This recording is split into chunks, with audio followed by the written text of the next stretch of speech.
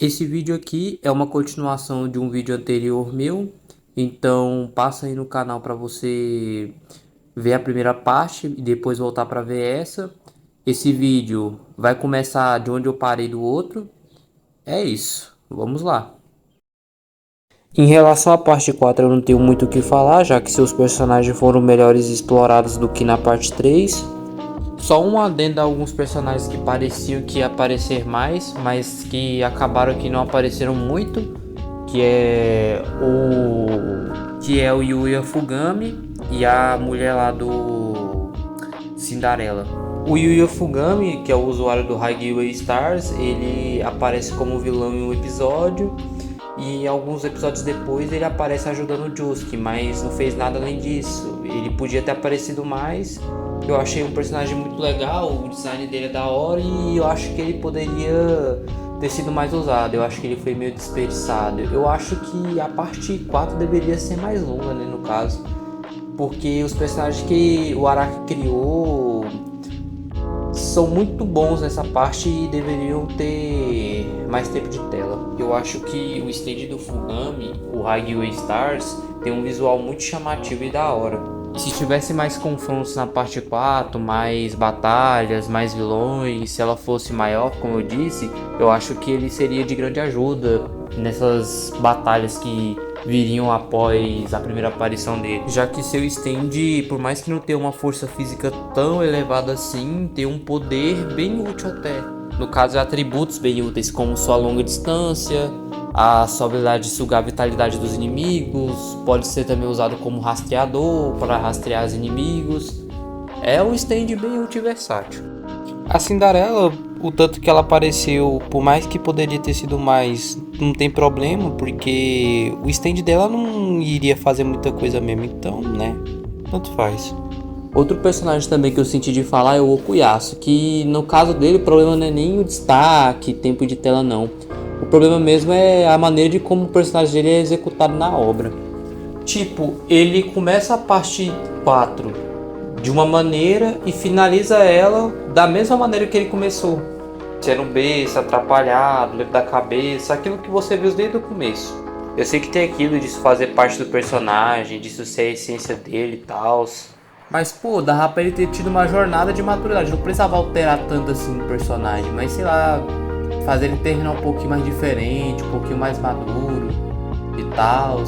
Mas por mais que tenha acontecido desse jeito, foi até que bom, porque ficou aquela impressão de que o Okuyasu nunca parou de ser aquele irmãozinho mais novo, dependente do irmão. Tanto que depois que o irmão dele morre, ele só vive grudado no Josuke. Ele fica meio que dependente do Josuke. Tudo que vai acontecer, toda decisão que tem que ser tomada é pelo Josuke. O Okuyasu sempre só vai lá e obedece, tá ligado? Mas um dos maiores problemas do Okuyasu mesmo, que também estava no Kakyoin, que eu disse no outro vídeo, é o seu poder, que também é mal utilizado. O principal poder dele é apagar tudo que ele passa a mão. Simplesmente isso. Ele passa a mão dele e apagou. Mas ele não apaga nada utilizando a mão. Na maioria dos confrontos da parte 4, o Okuyasu deu preferência em socar os inimigos ao invés de simplesmente chegar lá e apagar alguma parte do corpo, ou sei lá, apagar o espaço entre eles e dar uma porrada, sei lá. Ele não faz isso, ele simplesmente vai pra cima querendo dar porrada e acaba que ainda apanha, não funciona ainda. E uma coisa que eu fiquei pensando aqui sobre esse poder de apagar tudo que o Okuyasu tem é que no começo da parte 4, o que o irmão dele queria? Queria um stand capaz de matar o pai dele, porque o pai dele sofria muito, ele queria tirar o pai dele do mundo para ele parar de sofrer, não sei o que lá. E o Okuyasu tinha o poder de quê? Apagar tudo que toca com a mão. E eles não faz isso. Não entra na minha cabeça. O Okuyasu tinha o poder perfeito para poder simplesmente chegar lá, apagar o pai dele, que era tudo que eles queriam. E ele está caçando outra pessoa, sabe? No começo da parte 4 eles estão flechando todo mundo aleatoriamente para caçar o stage para matar o pai deles, sendo que ele já tem o poder. Fico indignado com os trem desse, velho. O Okuyasu com um poder tão quebrado desse não consegue utilizar para quase nada. Todas as lutas que ele vai, ele quase não ajuda. A única luta que eu lembro dele ter ajudado foi a do Kira lá, mas pô, tá amarrado, velho. Eu não sei nem o que falar. Você pode até vir me falar, ai, mas o Okuyasu não pode usar o poder dele assim, ofensivamente desse jeito, porque ele não quer ferir as pessoas, ele não mata. Esse argumento cai por terra quando você vê que o Okuyasu anda com o Josuke. Se ele sem querer ferir alguém brutalmente, o Josuke pode simplesmente chegar lá e reconstruir, sei lá, curar. Você pode até me falar que, tipo, sei lá, o poder de apagar do Okuyasu não pode ser restaurado pelo poder do Josuke porque ele apagou, aí não tem, como é que fala, material para restaurar. Mas mesmo assim, sei lá, velho, eu não sei, eu não sei nem o que dizer, velho, eu tô me perdendo. Tipo, é sério mesmo que você vai virar e falar pra mim que o mesmo Josuke que reconstruiu o Hayato que foi esfarelado na explosão do Kira não consegue reconstruir as coisas apagadas do Okuyasu? Não, velho, né? Não. Ai, vou finalizar logo a parte 4 aqui logo, porque, pelo amor de Deus, só indignação mesmo. A parte 5 é um pouco complicado de eu falar, porque ela é uma parte que, pra mim, ela é bem melhor escrita que as outras. Eu sei que tem o problema do final dela, né? Que o final dela é, né? Pelo amor de Deus, que brisa que foi aquele final. Eu irei falar somente de 2 personagens, né? Um aí você já sabe muito bem quem é, né? O outro talvez não sei. Mas um aí você já, né? Já deve ter uma ideia, né? Mas inicialmente, sobre a parte 5, eu queria falar sobre o arco do Giorno antes de entrar pra gangue do Butcherati. Que é, antes dele conhecer o Butcherati, que é aquela briga no trem. Eu quero falar sobre esse arco em específico. Eu queria que ele fosse mais explorado e demorasse um pouco mais, sabe? Porque eu gosto da vibe que ele tem, sabe? De ver a vida do Giorno, como que ela é, sabe? Solitário, ele tentando ingressar no mundo das gangues. Eu acho interessante. Na verdade, dá pra explorar isso até depois que ele conhece o Butcherati, porque ele não entra na gangue logo de cara. Ele tem que fazer o teste do Pope, e aquele arco eu acho muito legal. E isso seria muito bom pro começo da parte 5, pra gente ter mais apego ao Giorno, porque uma coisa que muitas pessoas da comunidade de Jojo falam é que o Giorno, ele não tem personalidade. Estender esse arco antes dele entrar pra gangue seria muito bom pra desenvolver mais a personalidade dele, desenvolver ele mais como Jojo, e nós podemos ter mais apego. Outra coisa que seria muito boa também nesse meio tempo seria estabelecer uma relação melhor dele com o Koichi. Eu sei que o Koichi já teve seu destaque na parte 4 e não seria muito bom dar destaque para ele na parte 5 de novo, mas sei lá, poderia ter estendido mais e o Koichi ter ficado mais tempo na Itália, ajudando o Giorno, explicando como os stands funcionam, dando mais lutas a ele. A gente também teria uma boa oportunidade de ver mais o stand do Koichi, o Ecos, porque na parte 4 ele é muito pouco utilizado e para as vezes que ele é utilizado nem é para luta direita, é mais para fazer alguma coisa ou outra na parte 4, mais para dar um suporte nas lutas. Seria muito da hora ver mais do ato 3 do Koichi. Uma coisa que eu acabei de pensar aqui agora, que seria muito da hora, é o Butcherati mandar o Giorno e outros membros da gangue fazer missões antes deles ir lá pegar a fortuna do Polpo. Porque aí o Giorno ia poder pegar a confiança dos membros da gangue e formar um laço melhor com a gangue. Na verdade, seria só para eles se conhecerem melhor. Porque depois que eles pegam a fortuna do Polpo lá no barco, depois daquela luta, o Araki, depois disso, criou lutas e momentos que já desenvolveram as relações deles. Então, no caso, isso que eu tô querendo dizer seria só para eles se conhecerem melhor. Porque o Araki só pegou o Giorno, jogou ele dentro da gangue e dane-se o resto, sabe? Eu achei muito ruchado nesse quesito da parte 5. De desenvolver os laços do Jojo e o Jobro, entendeu? Sobre esse assunto é isso. Vamos voltar pro tema principal do vídeo. E vamos começar falando dele, né? Velho. Panacota Fogo. O Fogo tá mais pra uma anomalia do que um personagem.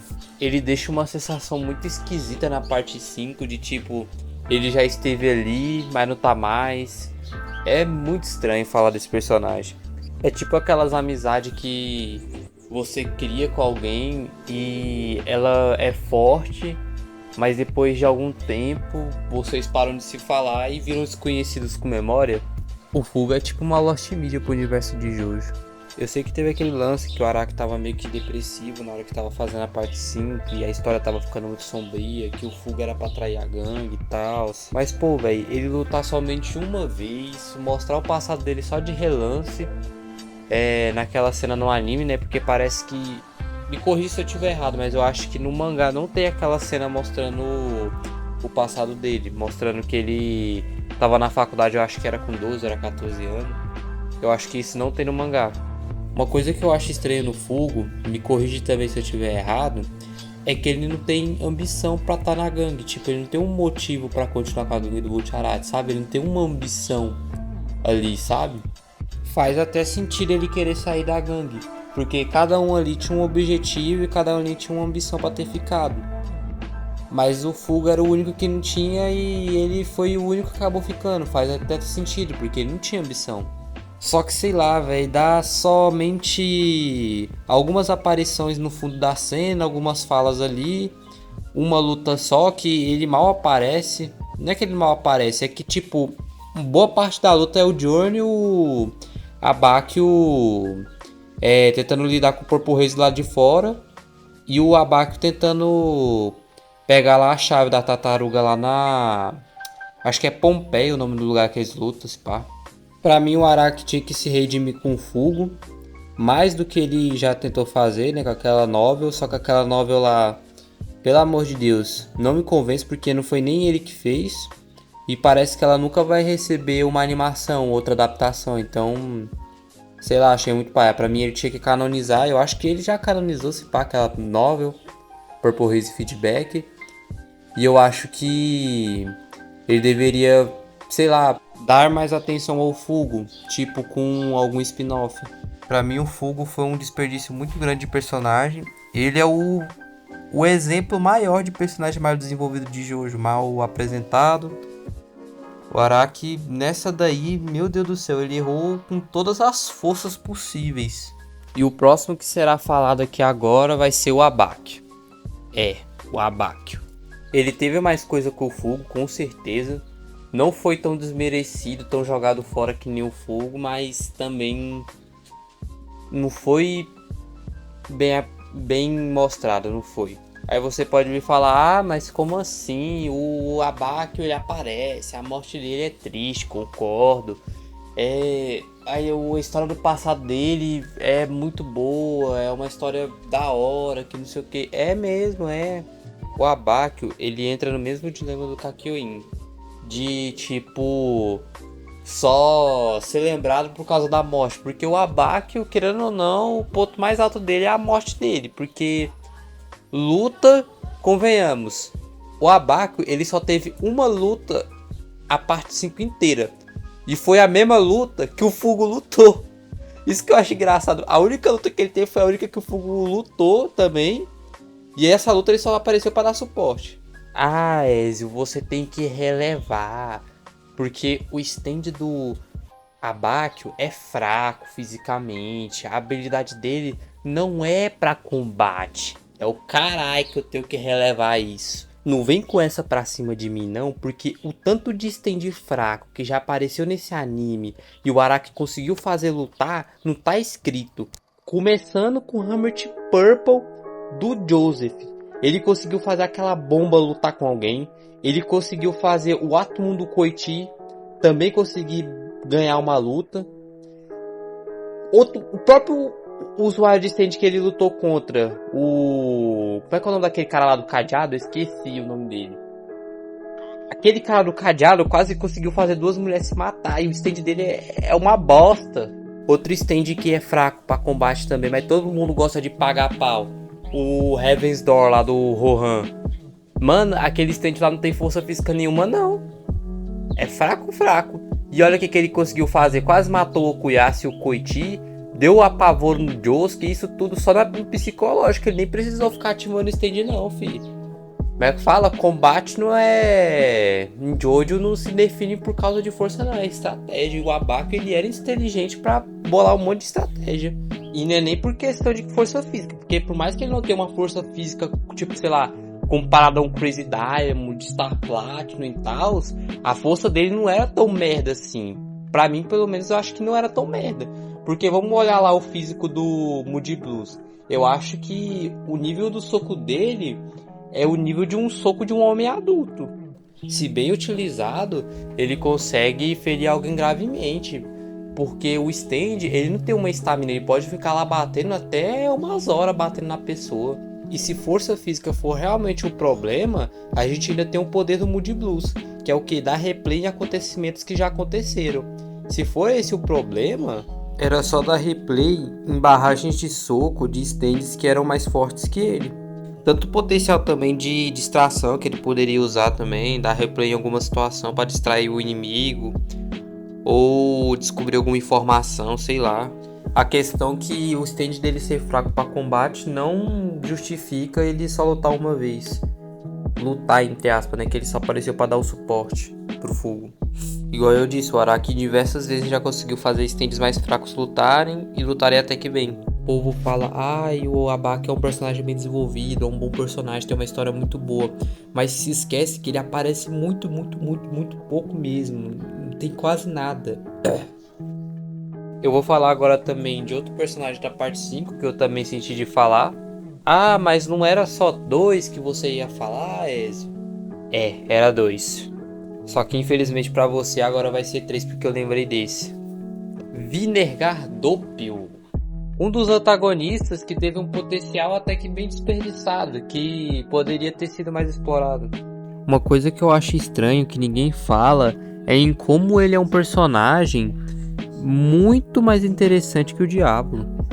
Até porque ele aparece bem mais que ele, né? Em vários momentos. Mas no final ele ficou marcado como um personagem que só apareceu mais foi pra atrapalhar. Ser meio que um momento de tensão, sabe? Porque, tipo, por exemplo, você tava lá, ele ia atrapalhar alguma coisa, ou iria beneficiar o Diablo pra conseguir o objetivo dele. Que nem foi quando ele foi matar o Abaki. O Diablo usou a aparência do Doppio, se aproximou e finalizou o Abaki. Seria muito bom se mais pro final da parte 5 acontecesse um duelo mental dentro da mente do Doppio e do Diablo, onde o Doppio descobre que ele é muito mais forte que o Diablo e acaba pegando o corpo, o domínio total do corpo pra ele. Seria muito da hora ver isso. Ou o Araki fazer, que nem o Gap falou, de como era a vida do Doppio depois que o Diablo entrou nela e começou a quebrar ele psicologicamente. Uma coisa que eu acharia muito da hora seria se depois que o Doppio morresse, o Diablo perdesse acesso ao Epitáfio, não conseguisse mais ver o futuro, porque muitas pessoas falam que o Epitáfio é o stand do Doppio, do Diablo é o King Crimson. Aí se o Doppio morreu, não tinha por que o Diablo conseguir ainda usar o Epitáfio. Enfim, agora finalmente eu finalizei a parte 5, vamos de parte 6 agora. Na parte 6 não existe personagens que eu falaria assim, esse personagem é mal desenvolvido, esse personagem apareceu pouco, não teve destaque. Porque todos lá foram bem mostrados. Meu único adendo é sobre o Weather e o Anastasia. Nos seus backstories não tem nada de errado, nem na sua personalidade. E seus papéis na parte 6 foram bem executados. O único problema da Anastasia é que ele foi jogado de uma vez na parte 6. Ele só apareceu lá, Jolene eu te amo e é isso. E também a questão dele ser muito mais um coadjuvante. Ele fica lá mais nas lutas só observando e ficando mais do lado da Jolene e só.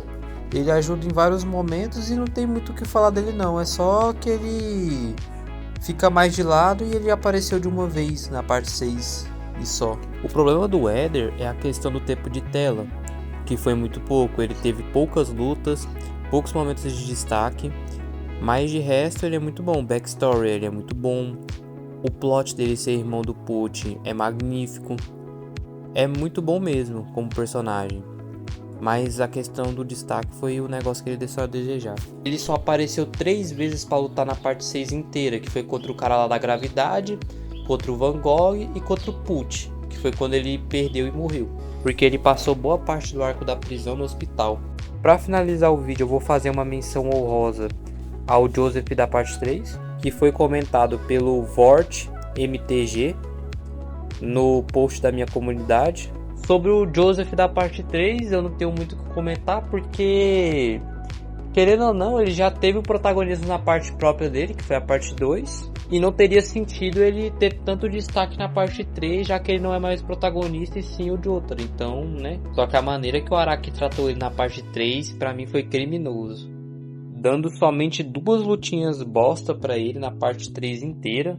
Eu sei que a principal habilidade do Joseph é o Ramon e ela não é mais útil, porque contra os stands é mais eficaz usar outro stand do que usar o Ramon em si.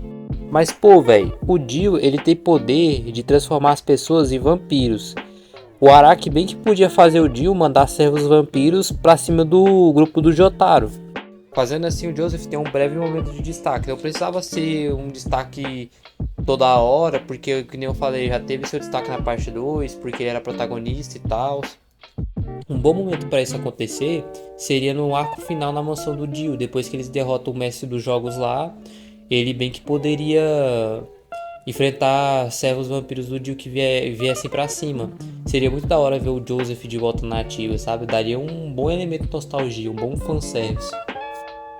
Ou ele fazer uma troca de soco sincera com o Dio na batalha final, que seria muito da hora se aquela mini batalhinha que eles tiveram fosse mais estendida. Que o Joseph vai lá e se enrola com o Hammer Purple e ativa o Ramon. Aí o Dio não podia bater nele. Bem que ele poderia embanhar a mão dele com o Ramon e ir pra cima do Dio. Seria muito da hora ver uma lutinha entre os dois. Mas tirando isso, tá tranquilo. Até porque, igual eu falei, não dá pra dar muito destaque mais pra ele. Porque ele já foi protagonista e não faz sentido ele ter tanto destaque assim como o outro tava tendo na parte dele. Então, né? Para quem assistiu até aqui, meus sinceros agradecimentos, porque só quem trabalha de YouTube sabe o tanto que é complicado fazer a edição, o roteiro. No caso, meu vídeo nem roteiro teve, eu só pensava no que eu queria falar e falava, tá ligado? Perdão aí pelos erros de edição, se a qualidade estiver uma bosta, mil desculpas, porque eu não sei porquê, mas o YouTube caga no vídeo quando ele é postado na plataforma. O meu vídeo anterior a esse, a parte 1, ela tava com uma qualidade muito boa na edição. Na hora que foi pro YouTube, o YouTube foi lá e cagou, não sei porquê. E outra coisa também é que eu podia estar fazendo coisa mais útil. Eu peguei tempo das minhas férias, tempo do meu dia para poder fazer esse conteúdo aqui que eu tô fazendo. E eu fiz esse conteúdo com muito carinho, porque Jojo é uma obra que eu gosto muito. É meu anime favorito. E as opiniões que eu passo aqui são diferentes das opiniões de outros youtubers de Jojo que já falaram sobre Jojo. Esse canal é um projeto que eu quero levar pra frente porque eu gosto muito de expressar minhas opiniões com outras pessoas. E eu pretendo não só falar de Jojo, tanto que o nome do canal é sobre isso, Terrando, que eu quero falar sobre jogos, animes, séries, tudo que tiver para falar eu quero falar. Me mandem ideias de vídeo do que eu poderia fazer, até porque agora eu tô sem ideia de conteúdo. Então, se você quiser mandar ideias de vídeos, eu tô olhando, eu tô sempre de olho nos comentários. Se quiser mandar um comentário interessante aí, eu respondo. Novamente, eu agradeço muito por esse início de canal que eu tô tendo, que foi melhor do que eu esperava. E que ele possa crescer ainda mais. Valeu aí, muito obrigado. Tchau.